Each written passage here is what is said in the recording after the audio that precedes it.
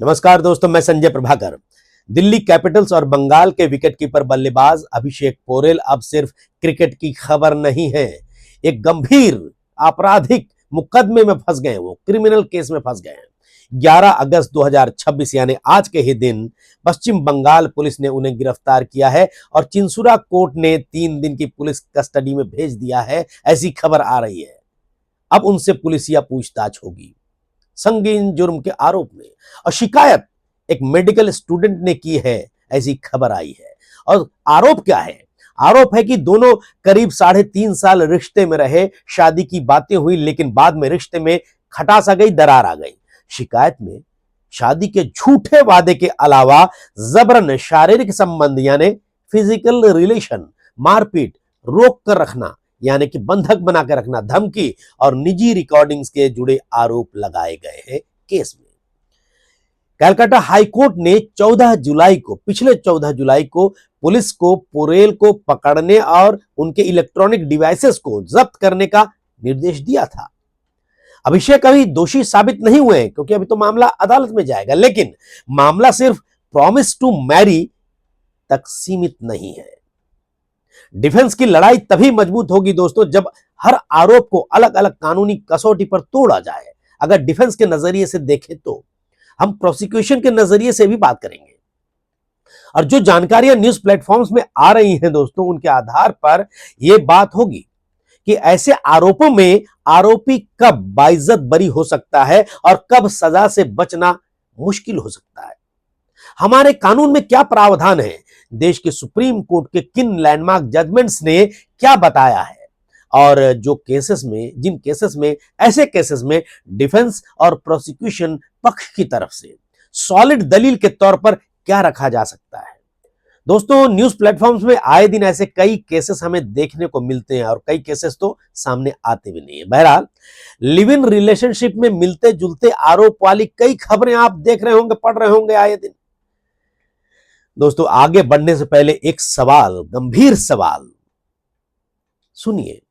अगर ऐसे ही गंभीर आरोप किसी पुरुष ने किसी महिला के खिलाफ लगाया, तो क्या केस दर्ज होगा पुलिस स्टेशन में? कौन सी धाराएं लगेंगी? क्या हमारे कानून में संविधान की all are equal before law की बात है, या नजर आती है या नहीं? बड़ा गंभीर सवाल है।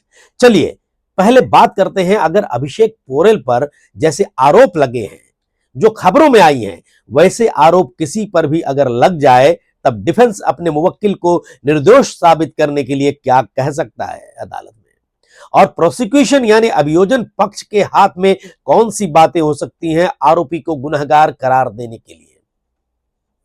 दोस्तों, मेरे ऑनलाइन रिसर्च में कुछ खास पॉइंट्स आई हैं, उसके आधार पर मान लिया जाए कि अगर मैं आरोपी की तरफ से बहस कर रहा होता, अगर यानी कि डिफेंस लॉयर के तौर पर, तो मेरी पहली लाइन यही होती, मिलॉर्ड, लंबा कंसेंशुअल रिलेशनशिप और बाद में शादी ना होना अपने आप रेप नहीं बन जाता। प्रोसिक्यूशन को यह दिखाना होगा कि शादी का वादा जिस दिन किया गया, उसी दिन से वो झूठा वादा था, उसी दिन से, और आरोपी का उसे निभाने का कोई इरादा नहीं था उसी दिन से। और सबसे सॉलिड बेस, सबसे मजबूत आधार है सुप्रीम कोर्ट का Pramod Suryabhan Pawar versus state of Maharashtra 2019 का फैसला है। ये इस फैसले में सुप्रीम कोर्ट ने फॉल्स प्रॉमिस और ब्रीच ऑफ प्रॉमिस के बीच बेहद महत्वपूर्ण फर्क बताया है। दोस्तों, सुप्रीम कोर्ट ने कहा था अपने इस फैसले में कि अगर कोई व्यक्ति शादी का वादा करता है, उस समय सचमुच शादी करने का उसका इरादा था या इरादा रखता है, लेकिन बाद में परिस्थितियां बदल जाती हैं और शादी नहीं हो पाती है, तो सिर्फ इससे यह नहीं कहा जा सकता कि महिला की कंसेंट शुरू से ही धोखे से ली गई थी। अगर शुरुआत से शादी का कोई इरादा नहीं था और प्रॉमिस सिर्फ सेक्सुअल रिलेशनशिप हासिल करने का हथियार था, तब मामला अलग होगा। सुप्रीम कोर्ट ने यह भी कहा उस फैसले में कि फॉल्स प्रॉमिस और सेक्सुअल कंसेंट के बीच सीधा रिलेशन होना चाहिए, संबंध होना चाहिए। यानी प्रोसिक्यूशन को दिखाना होगा अदालत में ऐसे आरोपों में कि महिला ने मुख्य रूप से उसी झूठे वादे के कारण कंसेंट दिया था रिलेशन का, सेक्सुअल, यह जजमेंट बेहद अहम है दोस्तों, क्योंकि शिकायत के अनुसार रिलेशनशिप करीब करीब इसमें 3.5 साल चला और परिवारों में शादी की चर्चा भी हुई, ऐसी खबरें आई हैं। और अगर चैट्स हैं, कॉल्स हैं, ट्रैवल रिकॉर्ड्स हैं, फैमिली मीटिंग्स हैं या अन्य मटेरियल से यह निकलता है कि कभी सही में मैरिज का प्लान था, तो डिफेंस कह सकता है ना अदालत में कि यह शुरू से की गई धोखाधड़ी नहीं है, बल्कि बाद में टूटा रिलेशनशिप है। और सुप्रीम कोर्ट ने इसी टू पार्ट टेस्ट को पिछले जनवरी को यानी कि 2025 के जनवरी में भी एक्सप्रेसिवली दोहराया है। और एक दूसरे लैंडमार्क जजमेंट की बात करते हैं सुप्रीम कोर्ट की। दूसरा लैंडमार्क फैसला है नईम अहमद वर्सेस स्टेट 2023 का, करीब करीब 3 साल पहले का। यहां सुप्रीम कोर्ट ने इस फैसले में कन्विक्शन हटाते हुए, सजा हटाते हुए फिर कहा कि हर फेल्ड रिलेशनशिप को रेप केस में बदल देना सही नहीं है। और कोर्ट ने देखा कि रिलेशनशिप लंबा था और यह साफ नहीं था कि कंसेंट सिर्फ फ्रॉड्यूलेंट मैरिज प्रॉमिस से पैदा हुई थी। और सुप्रीम कोर्ट ने चेताया भी था उस फैसले में कि हर ब्रीच ऑफ प्रॉमिस को फॉल्स प्रॉमिस समझना गंभीर गलती होगी। गौर से सुनिएगा। और यहां देखिए दोस्तों, डिफेंस बचाव में यहां से यह पॉइंट उठा सकता है ऐसे मामलों में अदालत को रिलेशनशिप की पूरी कहानी देखनी होती है दोस्तों। और सब अदालत में फैक्ट्स, सारी बातें देखने के बाद ही फैसला होता है। सिर्फ आखिरी ब्रेकअप नहीं देखा जाता। क्या दोनों साथ में यात्रा करते थे, ट्रैवल पे होते थे, ट्रिप से भी जाते थे? क्या फैमिली जानते थे एक दूसरे के इस रिलेशन के बारे में, ऐसे रिलेशन के बारे में? क्या शादी की सचमुच बातचीत या फ्यूचर प्लानिंग वाले मैसेजेस हैं? अगर हां, तो प्रोसिक्यूशन के लिए यह साबित करना मुश्किल हो सकता है कि डे 1 से ही मकसद सिर्फ फिजिकल रिलेशनशिप था। लेकिन दोस्तों, नईम अहमद वाले सुप्रीम कोर्ट के फैसले से ऐसा नहीं है कि लंबे रिश्ते में रेप नहीं हो सकते।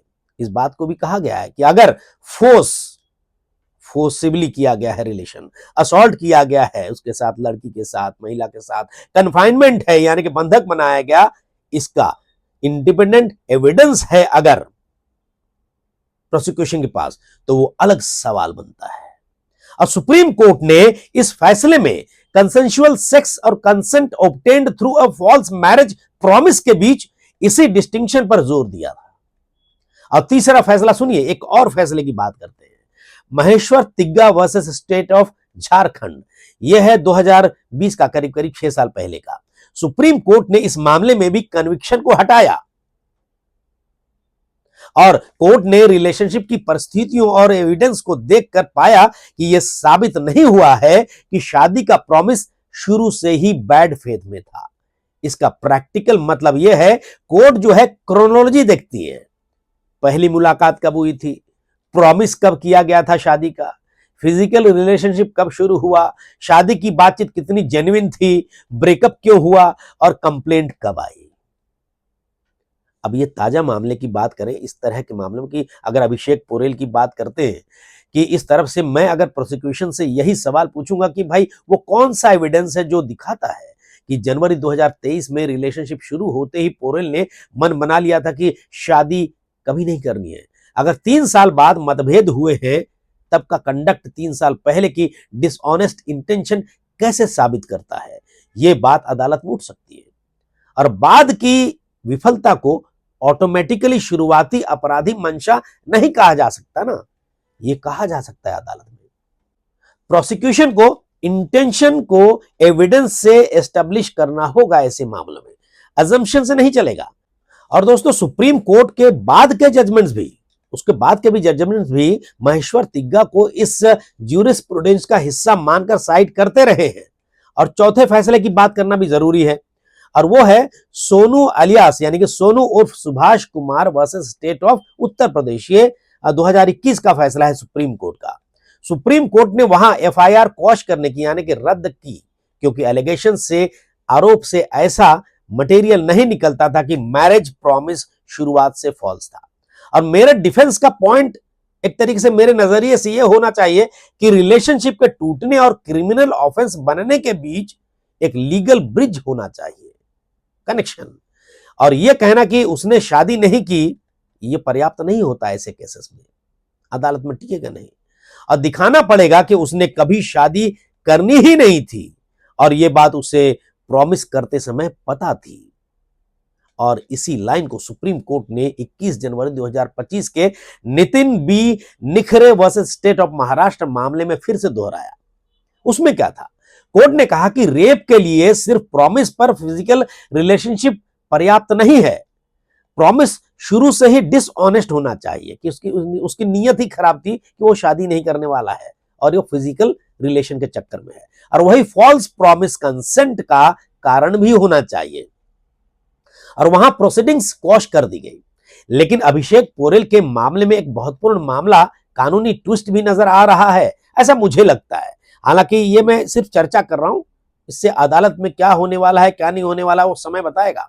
अब बीएनएस की जो धारा है 69, ये पुराने आईपीसी रेप ज्यूरिस्प्रूडेंस से अलग स्वतंत्र ऑफेंस है दोस्तों, डिफरेंट है।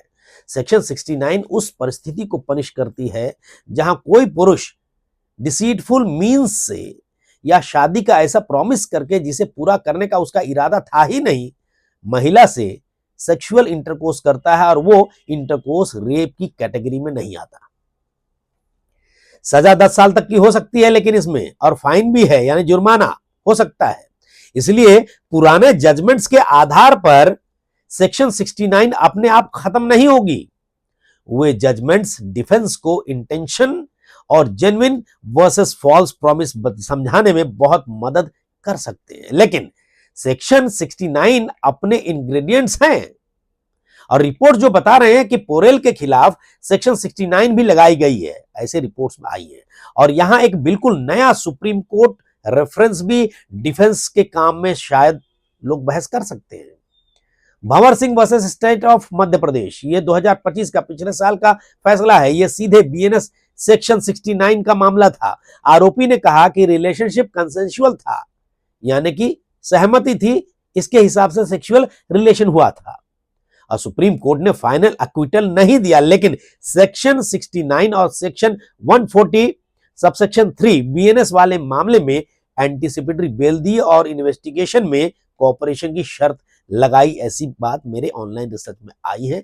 आप बेहतर जानना चाहते हैं तो ऑनलाइन जाकर या फिर कहीं पर भी जहां लीगल एड है वहां जाकर पता कर सकते हैं।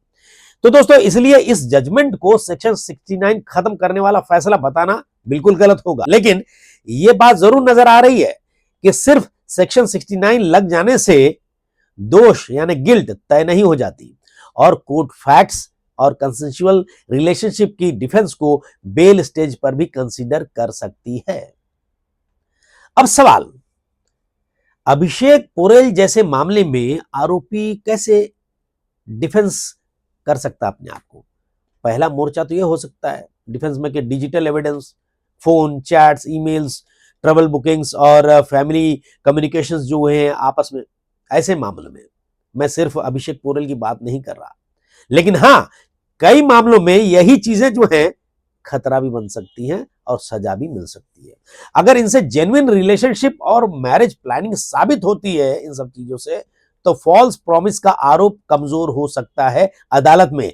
लेकिन अगर प्राइवेट रिकॉर्डिंग यानी कि बिना सहमति से किसी प्राइवेट बातों को, प्राइवेट तस्वीरें, प्राइवेट चीजों को वो कोई रिकॉर्ड करता है, धमकी देता है या ब्लैकमेल करता है, इसका मटेरियल निकलता है एविडेंसेस में, चैट्स में या फिर कोई रिकॉर्डिंग्स में, तो यही डिवाइसेस डिफेंस को भारी नुकसान पहुंचा सकते हैं। और यही वजह है कि हाईकोर्ट ने इलेक्ट्रॉनिक डिवाइसेस को सीज करने का आदेश दिया, कलकत्ता हाईकोर्ट ने। और दूसरा जो एक पहलू हो सकता है, क्रोनोलॉजी। डिफेंस को पूरी टाइमलाइन बतानी होगी, रिलेशनशिप कब शुरू हुआ, कंसेंसुअल इंटीमेसी कब शुरू हुआ और किन परिस्थितियों में हुआ, परिवार कब जुड़े एक दूसरे से, मतभेद कब शुरू हुए, और जिस तरीके से असॉल्ट के आरोप लग रहे हैं कि मारपीट हुई गंभीर या फिर उसको पीटा गया, चोट पहुंचाई गई, तो ये कब शुरू हुआ, कब हुआ, कन्फाइनमेंट कब हुआ था, बंधक बनाकर कब रखा गया था और कंप्लेंट कब दर्ज हुई थी। और तीसरी बात यह भी बड़ा महत्वपूर्ण है, मेडिकल और इंडिपेंडेंट एविडेंस, क्योंकि शिकायत में फोर्सफुली फिजिकल असॉल्ट की बात अगर होती है ऐसे मामलों में किसी आरोपी के खिलाफ और कन्फाइनमेंट के आरोप भी अगर लगते हैं किसी आरोपी के खिलाफ, यानी बंधक बनाकर रखा गया, डिफेंस केवल हम रिलेशनशिप में थे कहकर नहीं बच सकता। कंसेंशुअल रिलेशनशिप किसी स्पेसिफिक ओकेजन पर फोर्स के आरोप का ऑटोमेटिक आंसर नहीं है दोस्तों। हर ऐसे इंसिडेंट के आरोप की अलग जांच होनी चाहिए, हो सकती है। और शिकायत में देखिए, अगर इस मामले में अगर हम देखा जाए तो शिकायत में अप्रैल 2 के एक कथित दिल्ली इंसिडेंट, फिजिकल अब्यूज और कन्फाइनमेंट के आरोप भी रिपोर्टेड हैं। और चौथा पॉइंट क्या आता है? चौथा पॉइंट है प्रोसिक्यूशन के सेक्शन पर। मीडिया रिपोर्ट्स के मुताबिक सेक्शन 69 के अलावा रेप, असॉल्ट, चीटिंग, कन्फाइनमेंट और कई गंभीर प्रोविजंस लगाए गए हैं। और डिफेंस को एफआईआर और रिमांड पेपर्स देखकर ये चैलेंज करना होगा ऐसे केसेस में अदालत में किसी भी आरोपी के खिलाफ कि कौन से सेक्शंस के एसेंशियल इंग्रेडिएंट्स सही में एलिगेशन से यानी आरोप से मिलते हैं, बनते हैं, और कौन सी मैकेनिकली जोड़ दी गई है जबरदस्ती। खास तौर पर ये जो खबर आई है अखबारों में कि रेप कॉजिंग डेथ और resulting in persistent vegetative stage, ऐसी गंभीर प्रोविजन भी रिपोर्ट्स की जाती हैं ऐसे कई केसेस में। अगर कंप्लेनेंट जीवित है और स्टैट्यूटरी कंसिक्वेंस फैक्चुअल रिकॉर्ड पर मौजूद नहीं है तो डिफेंस उसकी एप्लीकेबिलिटी पर गंभीर सवाल उठा सकता है। लेकिन इस पॉइंट पर दोस्तों फाइनल राय एफआईआर, रिमांड एप्लीकेशन और एग्जैक्ट सेक्शन नंबर्स देखे बिना कहना ठीक नहीं होगा ना। और आखिरी बात दोस्तों, डिफेंस की सबसे बड़ी गलती होगी कंप्लेनेंट को झूठी महिला बताकर पूरा केस लड़ना। ये गलती अगर करी तो गिर गए भाई। आप जो एविडेंस है अपने बचाव में वो आप पेश कर सकते हैं, और बेहतर स्ट्रेटेजी एविडेंस ड्रिवन होनी चाहिए और होती है। और लंबे कंसेंशुअलशिप रिलेशनशिप को साबित करना चाहिए। जेन्युइन मैरिज इंटेंशन के कंटेम्पोरेनस प्रूफ लाइए, यानी कि एकदम सही था सब कुछ। ब्रेकअप की वजहों को डॉक्यूमेंट्स बताइए उसकी अगर है तो। और हर आरोप, जो अगर आरोप लग रहा है कि फोर्स्ड इंसिडेंट किया गया, और इसको एविडेंस लाइए कि भाई आपने किया या नहीं किया, और ऐसे कंटेस्ट कीजिए। और डिवाइसेस की फॉरेंसिक इंटीग्रिटी चेक कराइए और प्रोसिक्यूशन को उसके बर्डन पर रोक दीजिए कि भाई आप साबित करिए, हमारे तरफ से हम अपने बचाव में ये कर रहे हैं। और सुप्रीम कोर्ट के प्रमोद पवार, नईम अहमद, महेश्वर तिग्गा और सोनू वाले फैसले अभिषेक पोरेल की बात को हम तुलना नहीं कर रहे हैं, लेकिन हां ये लीगल शील्ड दे सकते हैं इनके रेफरेंस में। उनके वकील तो खैर करेंगे, मैं कौन होता बोलने वाला। लेकिन ऐसे मामलों में, क्योंकि आजकल ऐसी घटनाएं बहुत घट रही हैं, कंप्लीट इम्यूनिटी बिल्कुल नहीं मिलता है। अगर प्रोसिक्यूशन ये साबित कर दे कि प्रॉमिस,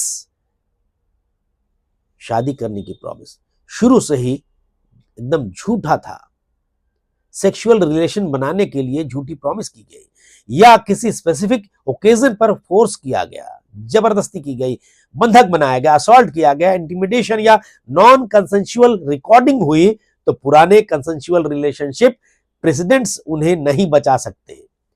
इसलिए दोस्तों मेरा तो यही कहना है कि भाई प्यार टूटना अपराध नहीं है, संबंध टूटना अपराध नहीं है, शादी नहीं होना रेप नहीं है, न माना जा सकता है कई मामलों में।